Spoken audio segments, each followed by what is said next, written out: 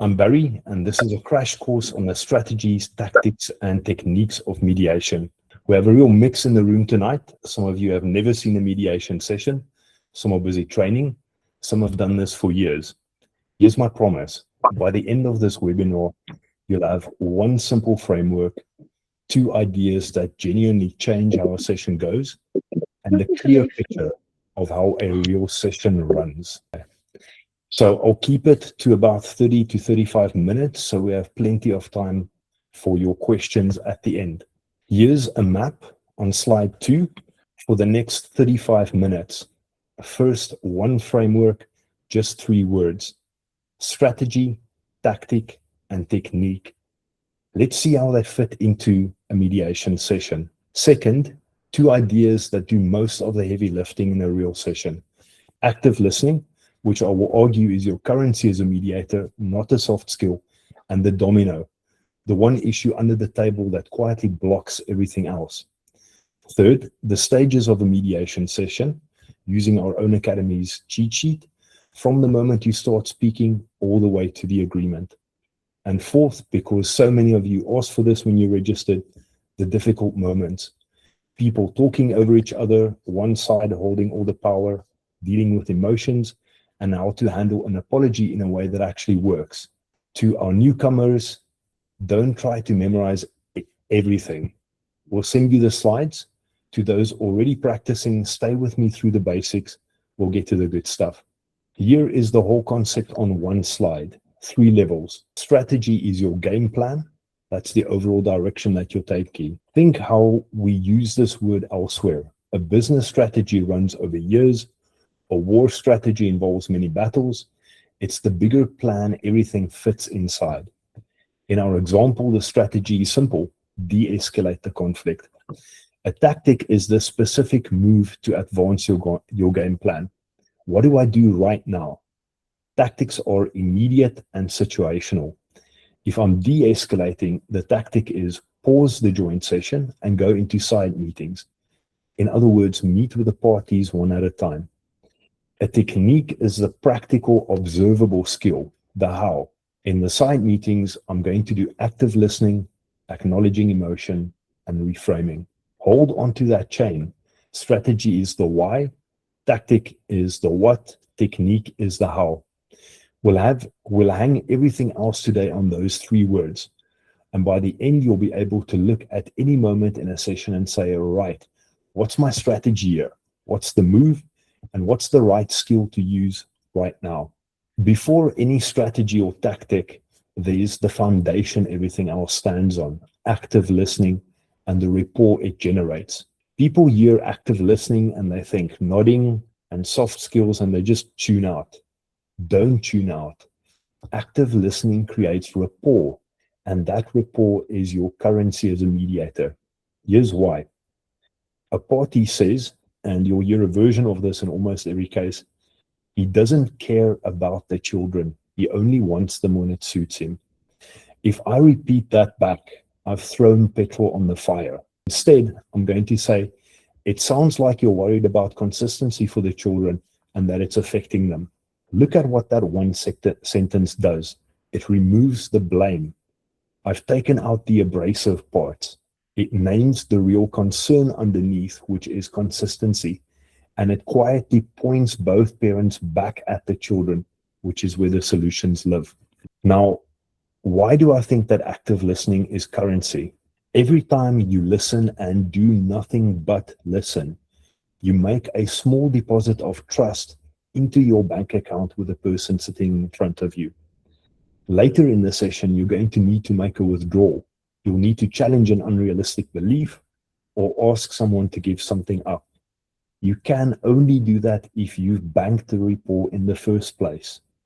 Be careful though. Stay neutral. You're acknowledging the emotion, not agreeing with the position. It takes practice, but if you do it consciously, you'll get it. And here's the best part. This is a skill you can get really good at without sitting in a mediation session. So here's the first item on your to-do list. Call a friend or family member you haven't spoken to in a while and just listen, reflect, empathize. That's it. That's the whole skill. Get good at it, and when you need it, it'll be there for you. Now, not every issue in a session is equal. Some issues can be talked through logically, the weekend schedule or the rands and cents, but other issues sit underneath the surface and block the progress. These are the dominoes. So picture this, a divorce that's supposedly about care and contact and maintenance in the house, but the real obstacle in the room is the affair.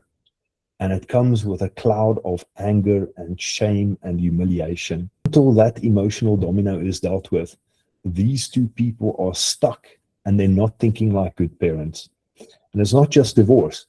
In a parenting dispute, the domino might be a new step parent and the fear of being replaced. In a maintenance fight, it might be shame and the fear of not coping financially. In an inheritance dispute, it's almost never the money. It's old sibling wounds and the need to finally be recognized. Now, as adults, we tend to recreate childhood patterns. I think we do it because we want a second bite at the cherry. We want to go back and fix something we haven't figured out yet. A critical caveat, check whether a domino is actually present. Sometimes there's been an affair and it's genuinely not blocking anything because they've both moved on. They just want the finances sorted. Don't go manufacturing drama that isn't present. Your job is to notice the thing preventing real discussion, deal with it safely, and get back to questioning and listening. Start training today. Next time you watch an argument, even your own, ask yourself, what's the real thing nobody is actually saying? That's item number 2 on your to-do list. We'll send you a list after the event. So how do you spot a domino? Easy. Watch for the bullet points on the left. You try moving forward, but the parties keep circling back to the same issue. One topic seems to poison every other one. You try to talk about the division of the estate, and somehow they're back to the affair. The resistance is bigger than it should be for that particular topic. You can almost feel the shame or the fear just beneath the surface. One or both of the parties need to be acknowledged before they're going to negotiate like adults. Or, and this is the big one, they're using a practical issue to carry emotional pain. I'm going to repeat that one. They're using a practical issue to carry emotional pain. Trust me, they're not really fighting about the furniture. Now, how do you handle this? 2 rules, gently and privately. Privately first, take it into a side meeting. If you're alone with somebody, they'll tell you what they won't say in front of their ex. So the moment you sense a domino, that's usually your cue to split them up. And then gently identify the domino without forcing it. You might ask something like, what's the one issue that matters most to you, to get them talking? And when they're ready, what do you need to be acknowledged before you can move forward? Open the door without kicking it down. Right, framework done, dominoes done. Now let's see what a session could look like, and we'll do it straight off the cheat sheet. The stages are color-coded. Next to the name of each stage are the deliverables, then examples, then tips, and so on. Stage 0 is preparation, being in the right frame of mind. Stages 1 and 2, introduction and agenda.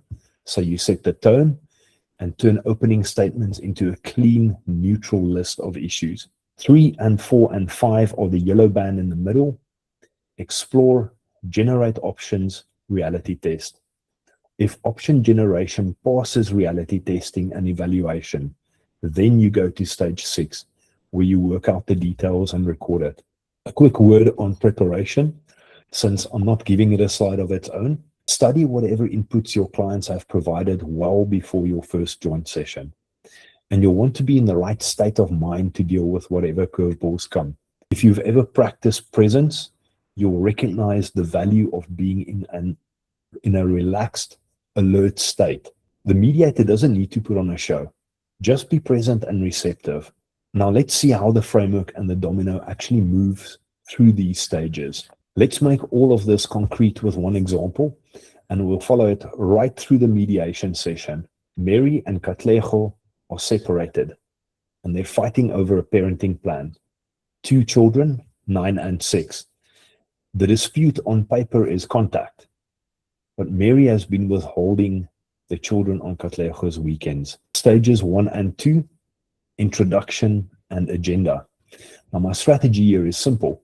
Structure the session, take the temperature down, and start banking that rapport when they speak by using active listening.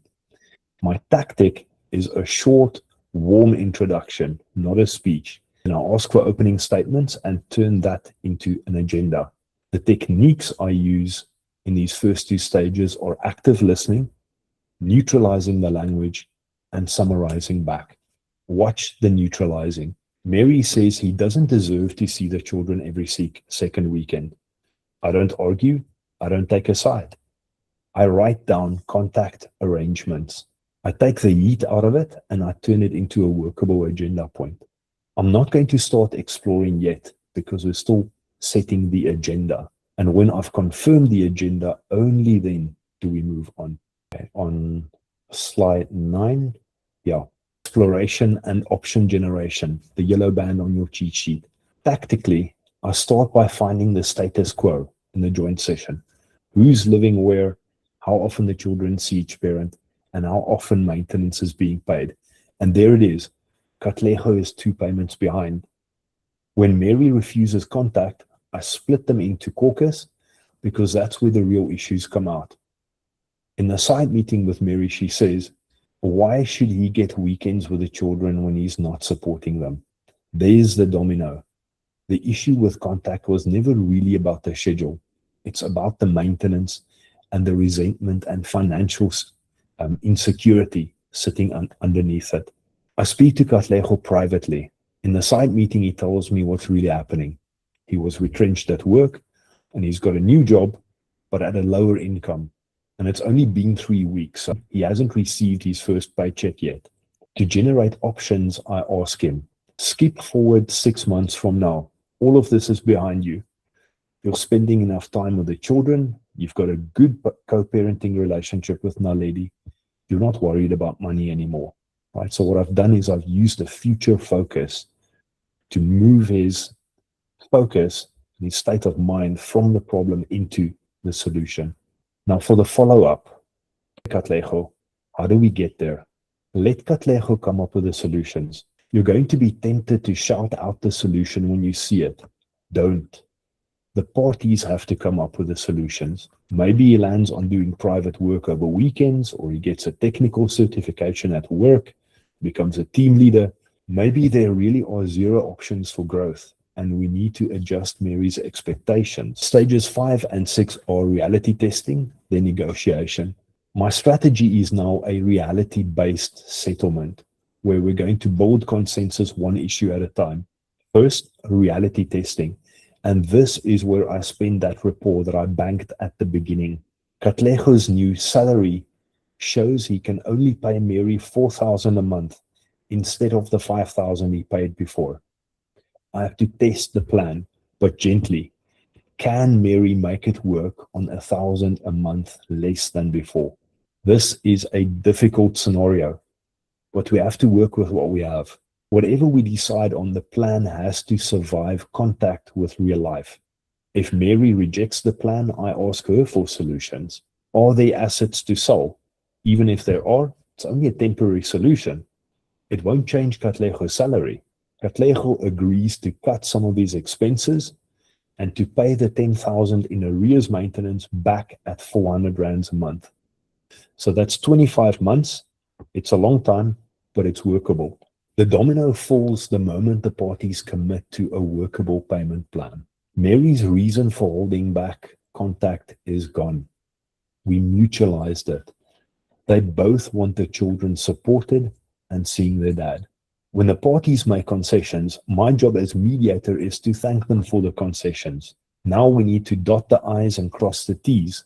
Amounts, dates, times, places, names. We land on 4,000 every month by the 1st, which we add the arrears on top of, and contact every second weekend plus a midweek sleepover. We confirm it in detail and record it. Notice the whole arc. The strategy moved from de-escalation to settlement. The tactics are from structuring to settling. The techniques are from active listening to reality testing. And the domino, the unpaid maintenance, was present right from the start all the way up to the point where it was resolved. There are dozens of techniques, but I'm going to unpack just 3, because the 3 you actually use beat the 40 you half remember. The first is active listening, which we've already done. That's our foundation. Here are the other 2. Option generation. What we want to achieve is to move our clients from positions to interests. A position is what they say they want. For example, I want to have the children every weekend. The interest is why it matters. I want to be involved in their lives and I want enough time to do it. The moment you identify the interest, the solutions come online, because there are lots of ways to have involved time that don't mean one parent having the children every single weekend. The discipline is to let them generate the options. You will want to give them the solutions. Please don't. The solution they come up with survives. The ones you impose don't. Probably my favorite tool here is future projection. Skip forward 2 years. Things are working. What does it look like? And then follow up with how do we get there? Now, just a word on issues and solutions. When you go digging deep enough into the problem, I promise you're going to find the solution either right in the middle of it or close by. That's how it works. The third technique you're going to remember is reality testing. And here we spend the rapport we've been saving. You respectfully challenge the beliefs that won't survive contact with real life. What happens if she can't comply? Is this affordable? Will it still be working next year? That's testing for sustainability. If all else fails, you might need to use Patna as a safety net. In other words, right at the end when you've tried everything else. If we don't reach an agreement today, what's your next best option? A crucial thing though, this is not cross-examination. The second somebody feels attacked, your rapport is gone. Create a space where it's genuinely okay to be wrong, and they'll talk themselves out of a bad idea. Active listening, option generation, reality testing. Master these 3 and you've got the basics. Here's the rest of the toolkit. I'm deliberately not going to explain every one. This is just a list. If you want to see how they fit together, if you like, we'll send you the slideshow afterwards. There's a group for listening and rapport, active listening, reflecting, acknowledgement, labeling the emotion, normalizing, strategic silence. Another group for framing and language, reframing, neutralizing, summarizing, redirection. Another whole group related to questioning, open-ended questions, circular questions, prioritizing your questions, perspective taking. A group for opening up options, for unlocking the future, option generation, brainstorming, future projection, and working backwards. A group for testing and addressing risk, reality testing, affordability, sustainability, and BATNA. And lastly, a group for settlement and repair, apology coaching, detailed clarification, recapping the agreement, and reinforcing a concession. The 3 with the stars are the ones we unpacked: active listening, option generation, reality testing. Here's my honest advice. Don't try to memorize this slide. Pick 3 or 4 that feel natural to you, get genuinely good at them, and add 1 technique at a time. Every single one of these can be practiced in everyday life. Reframing a tense work email, being silent for 3 seconds in your next meeting, or if somebody's attacking you, summarizing back what your partner said. This everyday practice is what turns these techniques into muscle memory. I want to give you one more full tactical sequence because it's the clearest example of strategy, tactic, and technique working together, and because it's so easy to get it wrong. This is the apology play. In our example, the domino was money, but sometimes the domino turns out to be acknowledgement, Someone needs to hear a genuine sorry before they can move on to practical points. When that's the case, here's the play. The strategy over all of it is relationship repair. Each step is a tactic, and it's delivered through the technique we call apology coaching in chronological order. First, check if the apology really is the domino. A good test is whether the aggrieved party keeps digging in. 2, explore privately. Whether there is remorse and it's genuine, a fake apology is worse than no apology. I sadly have had to learn this one myself in real life in one of my sessions. You don't want your client spending 10 minutes explaining to their ex why you are the reason I had the affair. 3, invite the apology in caucus, never in a joint session. 4, rehearse the apology in private. 5, decide who's in the room and who raises the apology. I can raise the apology or my client can. 6, prepare the apologizer for apathy in case the person receiving the apology isn't ready for it yet. Maybe your ex doesn't care for your apology. 7, deliver the apology in the joint session and then go back into practical negotiation, because the apology was never the destination, it was the thing blocking the road. And the golden rule right at the bottom, you never ask your client whether they'd like an apology, and you can never pre-arrange it with them. If you do this right, and the domino was in fact the apology, then the whole dynamic between the parties changes. When you registered, a lot of you asked specifically for the hard moments. So let me pull them together.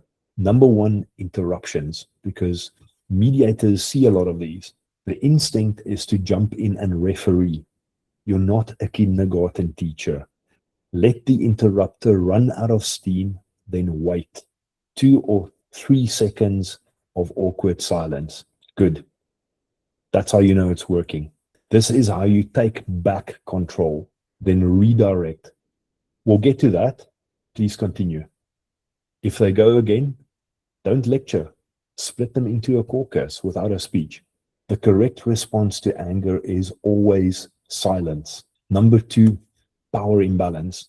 It's not only money. It can be status or confidence. Side meetings are your main tool, because the quieter party will tell you things in private that they're not going to say in a joint session. Number 3, raw emotion and flying accusations. Don't debate accusations in the joint session. Take it to a side meeting. Reframe the accusation into a real concern, then normalize the feeling without endorsing the party's position. From here, you can go back to the agenda. Number 4, for the party who just won't budge, go back to interest. Remember the gold standard of the children's best interest. People generally actually love their children. Get them talking about the life they actually want.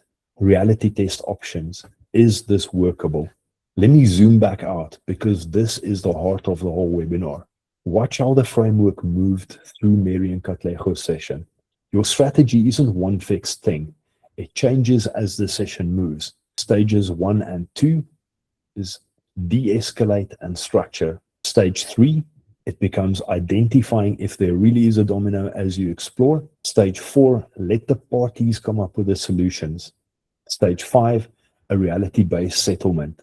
Stage 6, repair and consensus. So the strategy quietly moves from de-escalation to problem solving to settling. And underneath all of it runs the domino, the unpaid maintenance. You might have spotted this domino at the agenda stage, then identified it safely in caucus and resolved it the moment Katlego commits to a workable payment plan. And the second it's resolved, the contact dispute falls away, because it was never really about contact. The tactics and the techniques change at every step. The intro, then status quo questions, then future projection, then affordability testing, then detail clarification. But the 3 words, strategy, technique, and tactics, these are your compass. Quick one, look at the bottom of the cheat sheet and you'll see rows 7 to 10. These aren't stages of the session, they're about you. the mediator, and how you keep getting better. I'll keep this brief. 7, learning. Stay coachable, become a mentor, and find a mentor. 8, reflection. This is the one people skip, and it's the most valuable. After every session, debrief yourself honestly. What worked? Where did I lose the room? Where did I miss the domino? 5 minutes of honest reflection is worth more than reading an entire textbook. 9, post-qualification readiness. Keeping your skills sharp and current so you're genuinely ready for your work. And 10, presentation. Showing up professionally, calm, prepared, credible, working confidently. So 1 to 6 is how you run the session. 7 to 10 is how you grow as the mediator running the session. Both are on the same page. And that's the crash course. Thank you.